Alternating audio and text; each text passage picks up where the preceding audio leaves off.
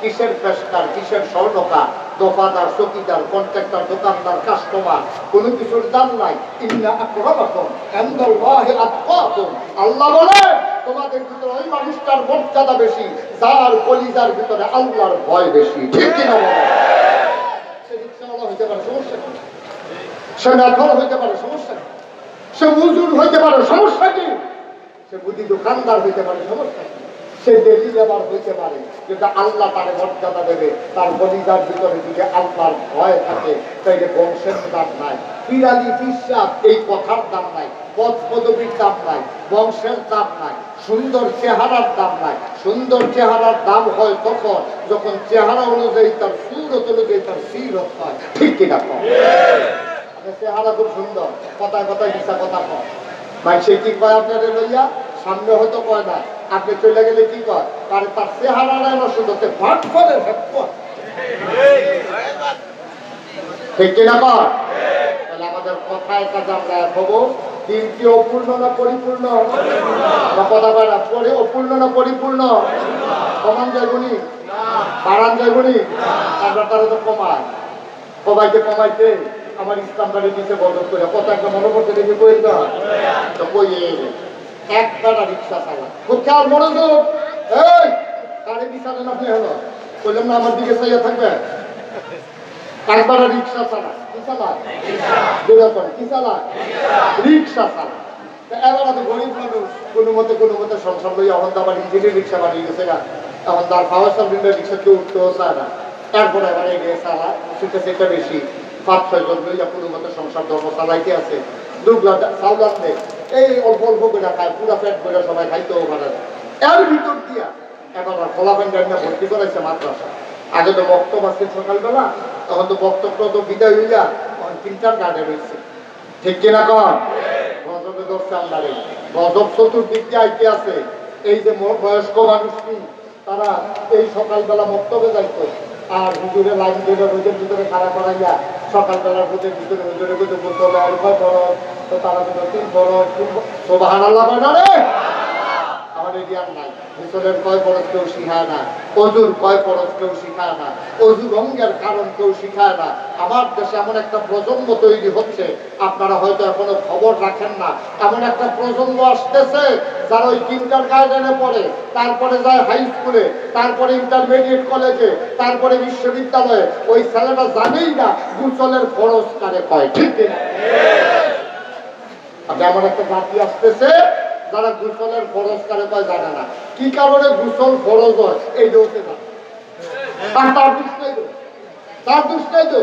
কিন্তু জীবনে গোসলের ফরজ তারে কেউ শিখায় নাই।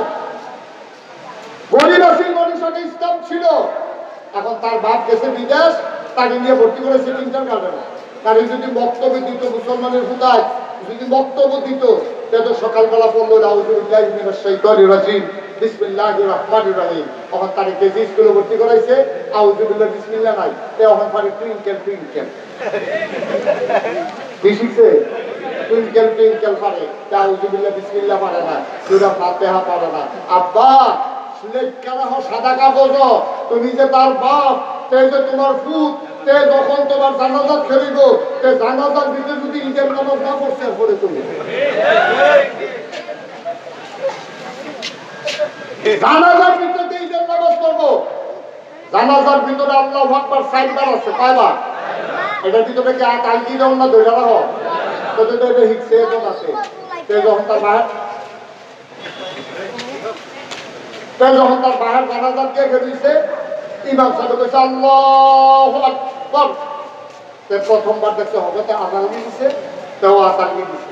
দ্বিতীয়বার যখন ইমাম সাহেব আল্লাহু আকবার কইছে, তো সাইডের দিকে সাইড বলে এটা নামাজও আছে, তা আন্তাজ করে আজান দিয়ে বুঝে জানাজার ভিতরে সাইডও পারতে আতঙ্কি দিছে। জানাজা কি হয়েছে? বয়স্ক এক মানুষ, তার ধরে সেটা জানাজা করে জিজ্ঞেসে ও কাকু কই হাজার মরছে যে হাজার তাকে জিজ্ঞেসে কার পুত তুমি, তোমার আব্বার নাম কি? ওই যে আমার আব্বা তো মারা গেছে। হয়তো তুমি এই জানাজার ভিতরে বারবার আতালকে কিছু দিতা, এতে মনে মনে তার লেগে যায় না। আমি তো না করছিলাম, একটা বউ এনে ডাক্তাইয়া পাঠাইছে জানাজার ভিতরে, আওয়াজটা আসিল না। সেই জানাজার ভিতরে আত্মীয় দিয়ে বোঝা দিছে, কারণ সে শিখে নাই জানাজার ভিতরে গেছে তো বাকি 3 তাকবীরে হাত যে এই উঠানো লাগে না, সেটা শিখে নাই আপনার, তার আপনি শিখান নাই। কিয়ামতের ময়দানে আমরা বাংলাদেশের মানুষ চিন্তা করি 5 ফুটের 5টা ঘর কেমনে তুললা দেবো, 3 ফুট বিদেশ গেছে আরো 2 ফুট কেমনে পাঠাবো, বাজারের ভিতরে 2 জনের দোকান আছে আরো 3 জনের কেমনে দোকান দেবো। আমরা পোলারে এস্টাবলিশ করতে চাই অর্থ দিয়া, কিন্তু তারে মুসলমান বানাইতে চাই না, ঠিক কিনা? কিয়ামতের ময়দানে তুমি একটা প্রশ্নের সম্মুখীন হবে না, তোমার ছেলে কেন ডাক্তার হলো না, তোমার ছেলে কেন ইঞ্জিনিয়ার হলো না, তোমার ছেলে কেন কন্ট্রাক্টর হলো না, এই জন্য আল্লাহ তোমার একবারও জিজ্ঞেস করবে না। কিন্তু কিয়ামতের ময়দানে তুমি বাপ হিসাবে আল্লাহ জিজ্ঞেস করবে, তোমার ছেলেরে কেন শিখাইলা না, তোমার ছেলে কেন মুসলমান হইল না। সেই দিন আব্বা তোমার আমার মুখে কোনো জবাব থাকবে না, ঠিক কিনা? যে কথাটা বলতেছি না, ওই রিক্সাওয়ালা কথা মনে আসেনি? ধনী না গরিব? তাতে খাইতে বসে তার বউ খাবার দিয়ে সেটা বলতেছে, আমরা তারে যে মাদ্রাসা ভর্তি করাইছে, সে তো শীতের ভিতরে যে মাদ্রাসা যায় ফ্লোর হইলো ফাঁকটা, সে যে ঠান্ডায় নাকি তার অনেক কষ্ট হয়, শীত তো বেশি। বাবা এই যে যাচ্ছি, এই ছেলে তুমি যেখান থেকে যাচ্ছে হ্যাঁ আইও, তাহলে হ্যাঁ আইতে পারো আরো আরো আরো জায়গাতে লাল কার্ড দেখাইলাম ভিতরে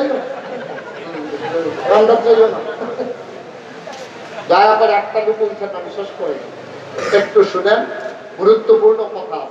আমিন কম আমাদের ইসলামে কমাইছে কেমনে? ওই রিক্সাওয়ালা কথা মনে আসেনি?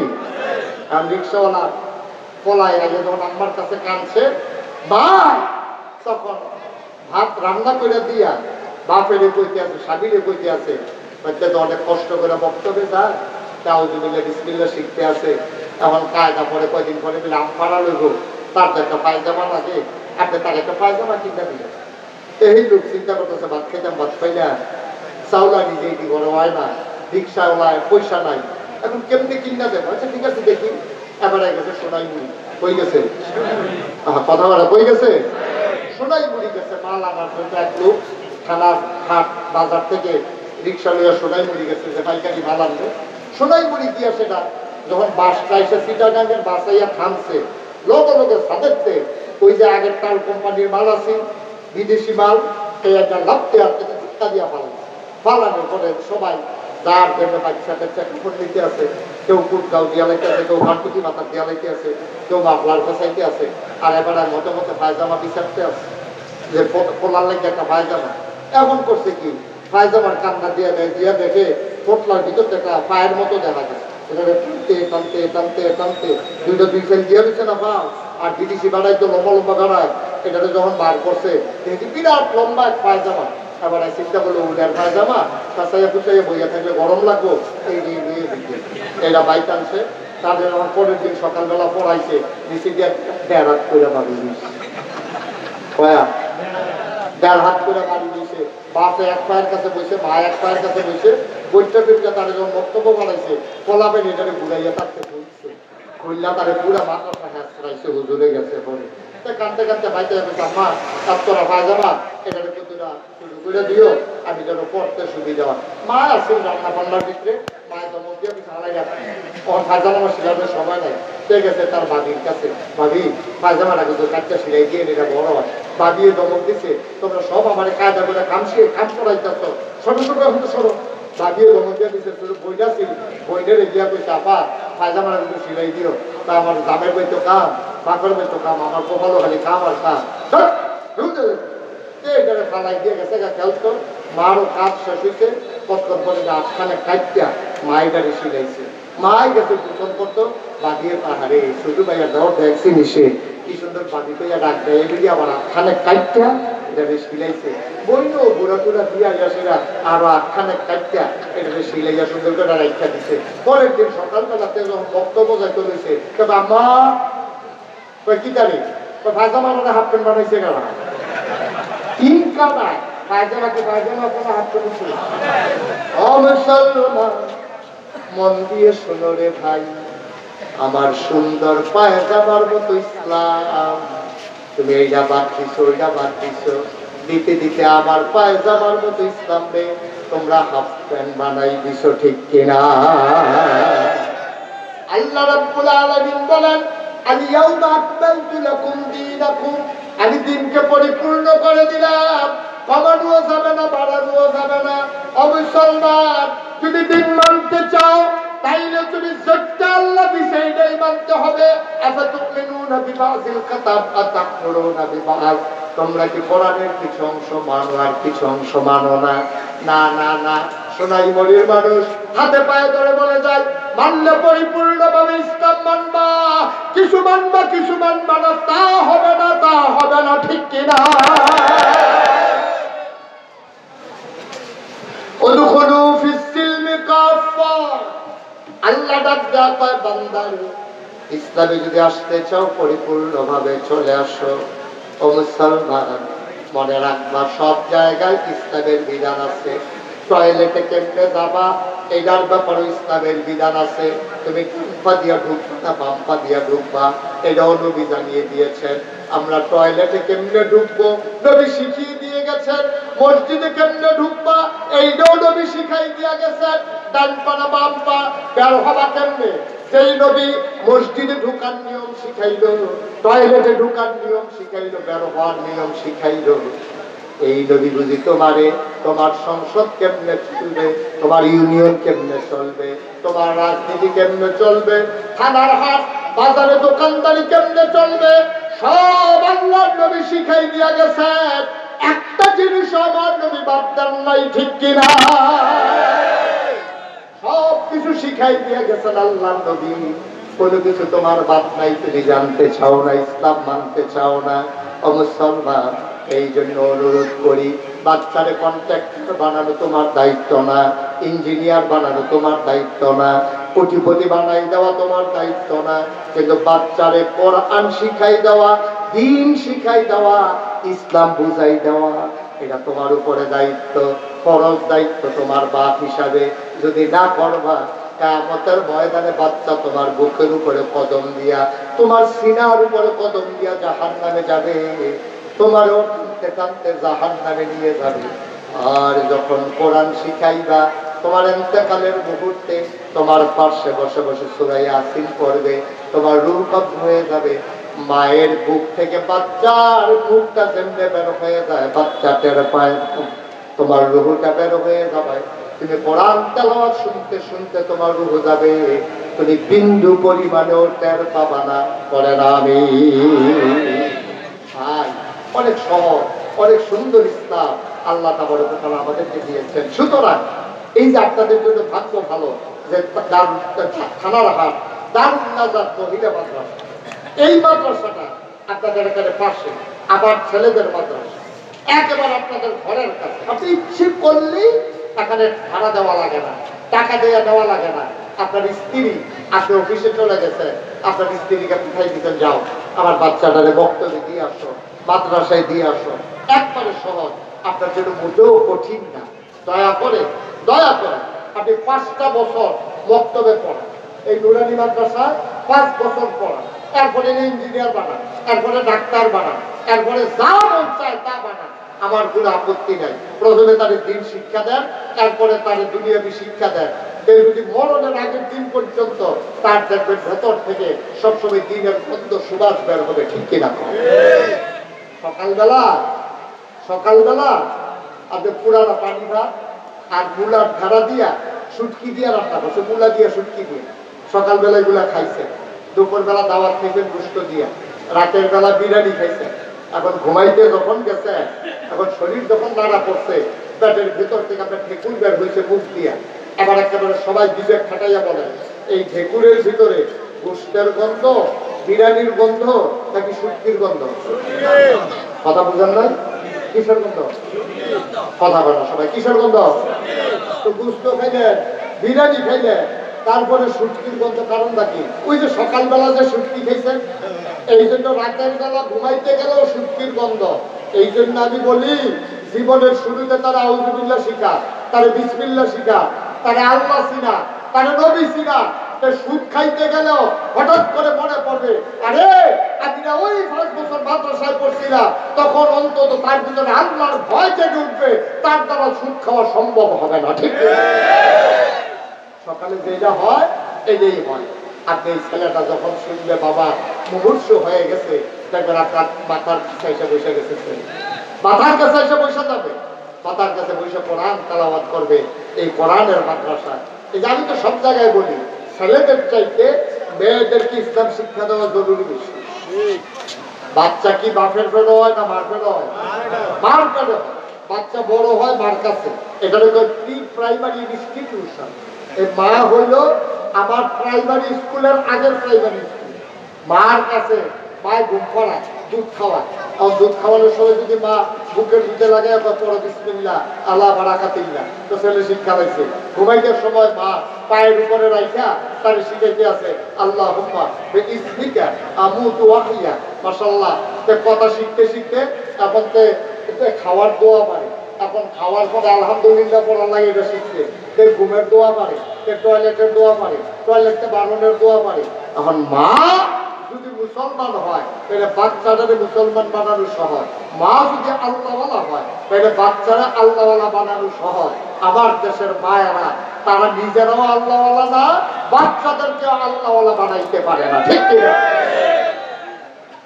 আপনি যেই দূরে ঠিক কইছেন ওকে বাচ্চাইতেন না,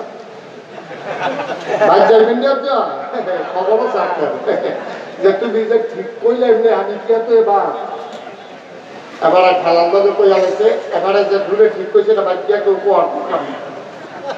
ভাই আফসোস লাগেও। 92 জনের দেশটাতে মুসলমান, 100 জনের ভিতরে 92 জন মুসলমান, মাত্র 9 জন হইল হিন্দু বৌদ্ধ খ্রিস্টান মিলে, মাত্র 9 জন। হিন্দু বৌদ্ধ খ্রিস্টান পাহাড়ি জৈন পার্সি নিগোষ্ঠী সব মিলে মাত্র 8 জন। আর আমরা হইলাম 92 জন মুসলমান। তারপরে আমাদের দেশে মসজিদের দরজার ভিতরে লাহন লাগে, জোতা চুর হইতে সাবধান, জোতা নিজ দায়িত্বে রাখতো। আচ্ছা হাসতেছেন, আপনার কি একটু কষ্ট লাগে না? মুসলমানের সন্তান আমরা কি জোতা চুর? কেন মসজিদের ভিতরে লেখা লাগলো জোতা চুর হইতে সাবধান? আমি ইন্ডিয়াতে কলকাতা যাওয়ার পরে আমার ওইখানকার লোকজন বলতেছে হুজুর এখানে একটা সুন্দর মন্দির আছে, আপনি দেখবেন? আমি বললাম ভাই কিরকম সুন্দর, একটু দেখান তো আমারে। তো তারা নিয়ে গেছে আমার রিক্সায় করে, মন্দিরের সামনে গিয়ে আমি দেখি অনেক কারুকাজ করা, পুরাতন মিস্ত্রি দিয়ে কারুকাজ করাইছে। মন্দিরের গেটের খুব খেয়াল করে সাংঘাতিক কথা, মন্দিরের গেটের ভিতরে লেখা, বাবা একটু ধৈর্য ধর, মন্দির খুব খেয়াল করেন সবাই, মন্দিরের গেটের ভিতরে লেখা জুতা নিশ্চিন্তে রেখে আসুন। এটা মসজিদ না, এটা মন্দির, এখানে জুতা চুরি হয় না। আপনি বইয়া কান্দনের কথা, নিজের জুতা দিয়া আমরা নিজের মাথার ভিতরে কি কান্দি? যারা সভ্যতা শিখাইলাম সেটা পৃথিবীর মুসলমান, ভদ্রতা শিখাইলাম আমরা, পদার্থবিদ্যা আমাদের, চিকিৎসাবিদ্যা আমাদের, ইতিহাসবিদ আমাদের, ভূগোলবিদ আমাদের, সব শিখাইলাম মুসলমানেরা। আর আজকে হিন্দুরা তাদের মন্দিরে লেখে যে এটা মসজিদ না, এটা মন্দির, এখানে জোতা চুরি হয় না। আমাদেরকে এক মুখ দেখানোর জায়গা আছে? আমাদের মুখ দেখানোর জায়গা আছে? 54 বছর হয়েছে দেশটা স্বাধীন হয়েছে। আপনাদেরকে দুঃখের কথা বলি, 54 বছর হয়েছে দেশটা স্বাধীন হয়েছে। এই দেশে আগে এই আমরা দেখতাম দুম্বার গুস্ত সৌদি আরব চাইতো, এই দুম্বার গুস্ত তিনখানা ভাগ করে দিত। গত কয়েক বছর ধরে দুম্বার গুস্ত আর দেয় না। আমি প্রশাসনকে জিজ্ঞেস করলাম আপনারা দুম্বার গুস্ত দেন না কেন? আমার দিকে হাসি দিয়া কয় হুজুর দেই তো, আমাদের তিনখানা পর্যন্ত যায় না, কিন্তু মেম্বার চেয়ারম্যানে ভাগ করে তারা আমরা মুসলমান, আমাদের না আছে লজ্জা, না আছে শরম, না আছে আমাদের অনুভূতি। ভাই আমরা কি সারা জীবন থাকবো দুনিয়া? আমরা কি থাকবো সারা জীবন?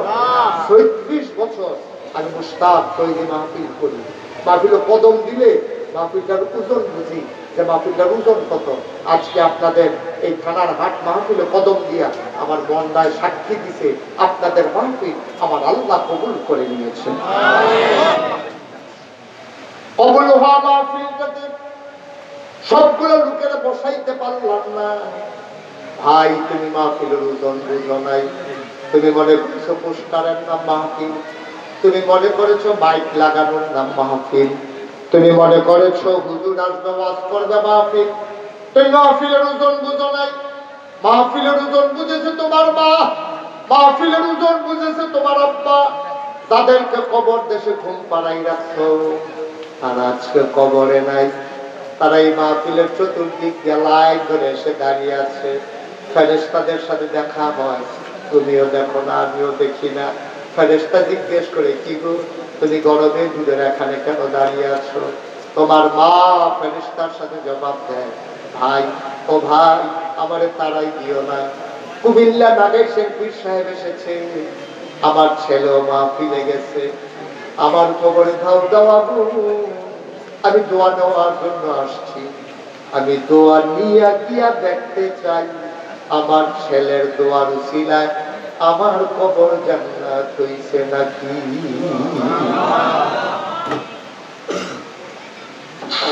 আমারও তারাই দিও না, আমি দেখতে চাই আমার কবর জান্নাতের টুকরা হইছে নাকি। তোমরা যারা মা কবরে শোয়াইছো, তোমরা যারা বাবা কবরে শোয়াইছো, তোমরা মাহফিলের ওজন বুঝো নাই।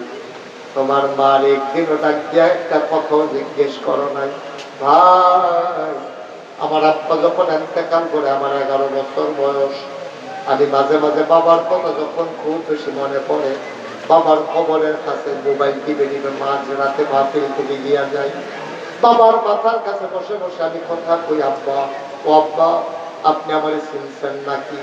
আমি আপনার মুশতাক ফৈজি, 11 বছরের রেখেন খেয়াল করেছেন, আপনার মুশতাক ফৈজি এখন অনেক বড় হয়েছে। আব্বা ও আব্বা 3টা মার্কিন চাদর গায়ে দিয়ে আপনারে ঘুম পাড়ানো হয়েছে, আপনি এখন কেমনে ঘুমান? কবরের ভিতরে জান্নাতি বিছানা পাইছেন নাকি? আমার আব্বা কোনো কথা কয় না। আমি গুনগুন করে আব্বার লগে কথা কই, আব্বা আপনি কি খান? জান্নাতি খানা আপনার আল্লাহ দিছে নাকি? আমার আব্বা একটা কথাও কয় না। কানতে কানতে আমি বিছানায় যাই, ঘুমাইতে পারি না। ও থানার হাটের মানুষ, ও কলিজার টুকরো যুবক, ও মুরব্বী বাবারা, যারা দোকানে এখনো বসে আছো, দয়া করে জলদি করে চলে আসো। মায়ের জন্য একটু দোয়া করে দিয়ে যাও, বাবার জন্য একটু দোয়া করে দিয়ে যাও। এই মা তোমার জন্য কি না করছে, এই বাবা তোমার জন্য কি না করছে। তোমার মনে নাই মায়ের কথা, মনে নাই তোমার বাবার কথা, তুমি বুঝো না। তুমি যখন পেটের ভিতরে তোমার আব্বা হাত দিয়া দেখে রাতের বেলা ঘুমের ভিতরে তুমি নাই, তোমার মা নাই, গেল কই গেল কই, লাইট জ্বালাইয়া দেখে জানালা খুইলা জানালার শিখ বেড়া দাঁড়াইয়া দাঁড়াইয়া কান্দে। তোমার আব্বা কয়, কান্দ কেন? বাড়ির কথা মনে পড়ছে নাকি?